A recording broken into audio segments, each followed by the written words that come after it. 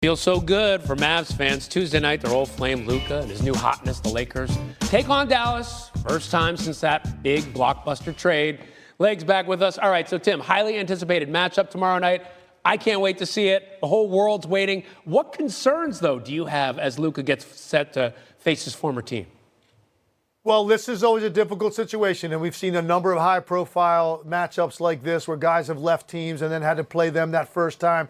And it's difficult. There's a lot of emotion behind that. Now, this is unique with Luka because not only is he going to go through that, he's also just barely getting back into like the type of playing shape and rhythm that he wants. He's got basically one game under his belt that he played at that level. So as much as I'm sure he'd love to go at Dallas and just make it about, a revenge statement against the Dallas Mavericks and remind them of a mistake that he wants them to believe they made, it's going to be hard to do that this early with a new team, and you can end up kind of taking your team out of its rhythm by playing that way. I would expect that type of performance to come later when they go to Dallas in April. Ooh. And at that point, he's had another, 20 games under his belt, and Luka looks exactly like Luka, and you go into that building, that might be a different scenario. But I think this first one, it would not shock me to see him be a little bit deferential. And then if he dips his toe in the water and he's hot early, you might see the Lakers try to make it special for him. But I think that return to Dallas is really the one you need to circle on your calendar. All right, so maybe we'll wait a little while for him to drop the 60-piece on Dallas. All right, so staying in the West, the Warriors, they've been on fire. They've lost just once in 6 games that Jimmy Butler's played with the team. So what's working so well with Jimmy in Golden State? Well, we've talked a lot about the things that he tangibly does, which is bring a toughness and edge and then get to the free throw line, which I think is a big part of this story. And I think it's even more important than people realize. When he's going to the line and they haven't had a guy gobble up free throws like this, it rests Steph Curry. Because from the time you blow the whistle to the time he gets to the line, shoots the free throws, and you're back on defense, sometimes that could be 60 seconds in real time. That's Steph Curry resting. That's important rather than going up and down the floor 3 or 4 times. So that's a tangible benefit. But for me, Ryan, the one thing we haven't talked much about with Jimmy Butler, his IQ and his passing. That's why he can blend in to a system predicated on ball movement and read and react. That's what Golden State does. It looks different than most offenses. Jimmy Butler's an isolation player, you think, but he's also a great passer. And he knows how to read and flash to the open areas where the ball is supposed to go next. I think that has been maybe one of the more eye-opening things that he's brought to the table for Steve Kerr. But any way you slice it, they feel more confident when they take the court. They look like an energized group. They look like they are ready to possibly do some damage here down this last quarter pole of the season and into the playoffs. He said he can make anybody a contender, and he's doing just that. And by the way, since acquiring Butler, the Warriors are plus 30 with Curry on the floor. Before, they were minus 90. So he has made a huge difference for this team, Jimmy Butler has. Legs, a bit more from you. Struck. The West leading Thunder came out on top, 130 to 123 behind Shai Gilgeous-Alexander's masterful performance. 37 points, 8 dimes, 8 boards, and an opener of a home-and-home set. Now, Ant-Man dropped 29, but it wasn't enough for the shorthanded Wolves, who wiped out a 19-point deficit in the second before dropping their 4th game in their last 5. These two are going to meet again tonight in OKC, and we meet again with Tim Legler to weigh in on this one. Okay, so Tim, OKC stays hot. They've won 9 of their last 10. They're 9.5 up on the rest of the West. What do you credit the Thunder's continuous success? I think you saw their depth on full display, and that's one of the things that I've loved about this team. And you think they've barely been healthy, fully healthy all year, and they just now got their 2 bigs paired together recently, Hartenstein and Chet Holmgren, so we're going to see how that continues to progress. But I thought their depth was a big factor in this game. And a guy like Alex Caruso, who really struggled to make shots at the beginning of the year, to have the impact that he had in the 4th quarter of this game with 3-point shooting, it just goes to show you that they can get it from anywhere at any time. And their starting lineup is so solid. They had 6 guys in double figures overall last night. You got the superstar in Shai. Jalen Williams is now a perennial all-star player. But it goes much deeper than that. It's guys like Cason Wallace and Isaiah Joe, Aaron Wiggins now, the way he's been scoring the basketball for the last probably 6 weeks.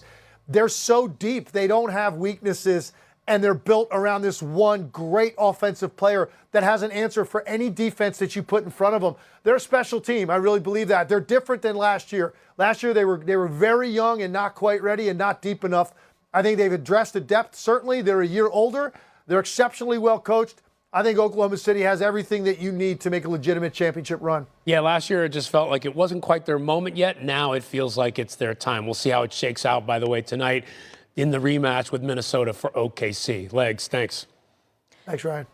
All right, sports betting analyst Aaron Dolan is with us right now. Aaron, give us some of your best bets tonight for the Thunder Timberwolves game. Let's look at OKC in the first quarter, -4.5. This has been one of my favorite bets for the entire season because it's been so profitable for bettors. They're currently 33-21-3 against the spread in the first quarter, which is the fourth best mark in the league. Meanwhile, for Minnesota, they've only covered the first quarter number in 3 of their last 10 games on the road. These teams just played last night. OKC was up by 12 points. And Tim Legler just talked about that depth. That is so important. They're first in defensive rating. They're also fifth in offensive rating. They should jump out on this team, -4.5 for OKC in the first quarter. All right, that's who you like there. Give us a couple other good NBA bets, right? Let's look at some player props. We're going to start with Jokic to go over 28.5 points. And yes, I know this seems like a very high number, but this comes down to pace. When we look at Denver and Indy, they're 5th and 6th in pace respectively. That's why we see this total the highest on the board tonight at 246.5. And if you look at some of the other teams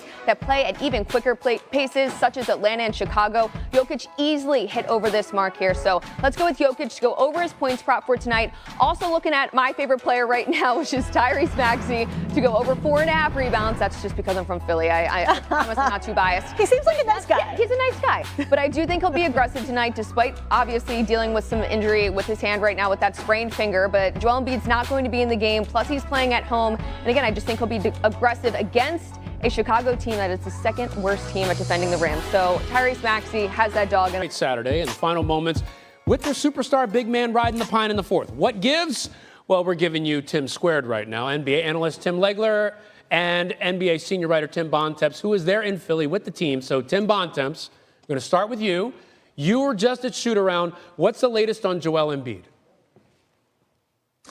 Well, the latest, Ryan, is that both he and Tyrese Maxey are questionable for tonight's game against the Chicago Bulls. Maxey with a finger injury and Embiid with this left knee injury management, the same issue that's been dogging he and the Sixers this entire season. Now, Embiid's expected to get some imaging done on that left knee. We'll see what comes out of that. And as he himself said on Thursday after the loss to the Celtics in the first game after the All-Star break, at this point he thinks he has to, quote, fix the problem in that knee in order to get back to the elite player he has been in the past and has certainly not been this season. The question now is, what will that fix be and what will that look like for the Sixers moving forward? We will see if Embiid plays in tonight's game. He played in the first 3 quarters of Saturday's loss to the Brooklyn Nets, did not play in the fourth quarter of that game as the Sixers tried to make a comeback and ultimately lost on a Nick Claxton tip-in at the buzzer.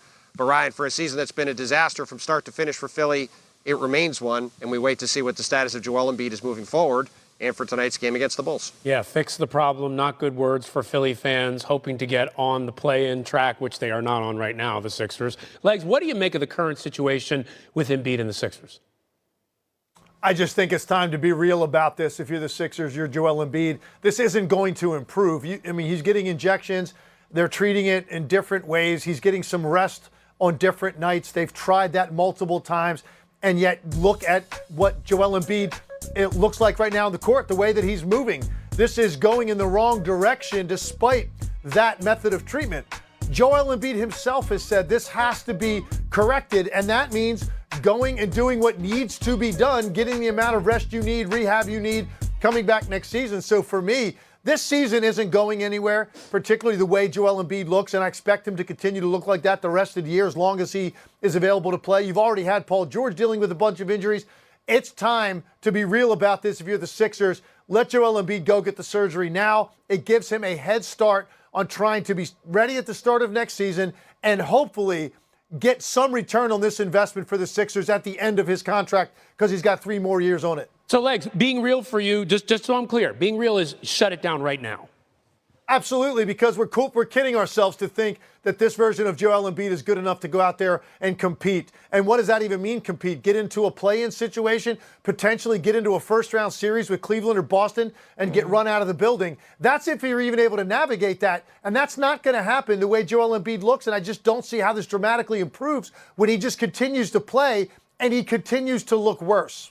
Yeah, he's just so far from the player we're used to seeing all this time, Tim Bontemps. So what can you tell us about what the rest of the season could look like in Philly with the Embiid situation, what's going on with Paul George and the team in general?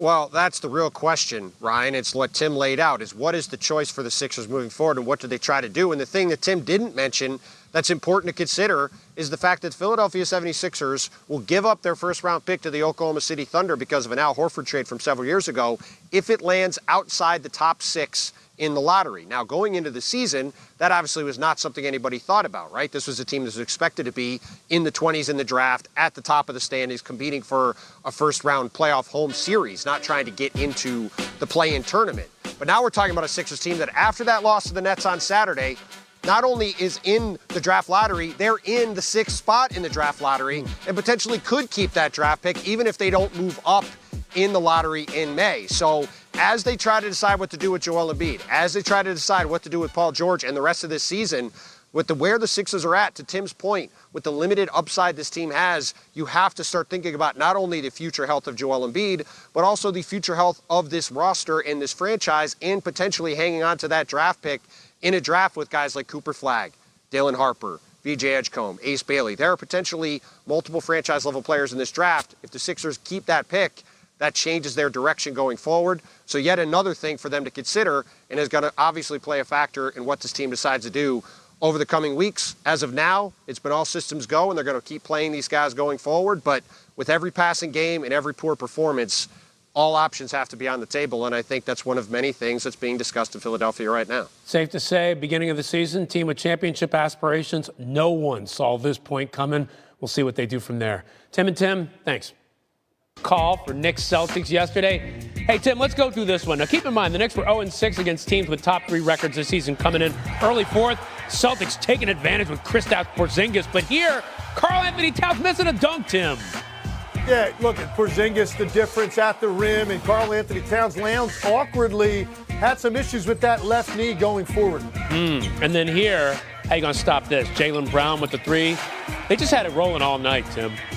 Yeah, look, great players do their part. They draw multiple defenders, they make the easy pass, and then here, if you're going to run a ball screen and that defender's not up, that's an easy one for Jason Tatum. And right there, they said night-night. Celtics win 118-105, and the Knicks continue to struggle against the top 3 teams in the NBA this season. They fall to 0-7 against the Celtics, Cavs, and Thunder, being outscored by, get this, 20 points a game. They allow 125 points per game to those teams compared to 111 versus the rest of the league. So, Legs, why do the Knicks keep losing to the league's top teams? Well, listen, I think it comes down to the fact that their identity is a little different this year, right? The team that kind of took everybody's imagination last year with that toughness and just heart and maxing out even when they were hurt and just laying it on the line every night and being more of a defensive-oriented team. That's not really what this team is. This is more of a team that's going to beat you offensively. They're the 6th best offensive team in the league. Their defense is not as physical. I don't think they're as deep defensively with guys that you can put on anybody, so the versatility isn't quite there. And what happens, Ryan, look, they can score with teams on this level, but at the end of the day, you're talking about 3 teams in Boston, Cleveland, Oklahoma City that are equally good offensively but significantly better defensively. And when you get that into the mix, you get these wide scoring margins and these disparities, and particularly the last 3 times they've played teams of that caliber, they really haven't been competitive in the game. I thought Sunday, sitting there having known what happened on Friday night, they got blown out by Cleveland, I thought this is a great time to draw that line in the sand. Like, enough is enough. We're going to play defense against these top teams. And they were down 20 in the first quarter. Ooh. So, it's just, there's something about them that is lacking the physicality defensively to slow down these offensive juggernaut type teams. And listen, by the way, those 3 teams, they give everybody fits on that end of the floor. The Knicks aren't any different. It's just that the expectation level for the Knicks is a little different than most of the teams that those 3 teams take apart. The expectation is championships, and you can't win championships when you're playing like that against the top 3. All right, meanwhile, the Celtics, by the way, a lot of people were saying they were on cruise control in the beginning of the season. They've won 9 of 10. They seem to be on a roll again. Right now, is this a championship-winning team in Boston? There's no doubt that they're reminding everybody what they're about, because I do think there were times this year in the regular season they felt a little different coming off an offseason. Now they're champions. Everything felt different in the regular season. Is the level of desperation the same after you've won it? Probably not. But I did think there was going to come a time they were going to remind you, and they're in that period right now, because they came out on Sunday, and it's pretty much every night right now, just absolutely laser focused, just so sharp on both ends. A commitment to detail. They've got everybody healthy, so that starting lineup and that versatility is on display every single night.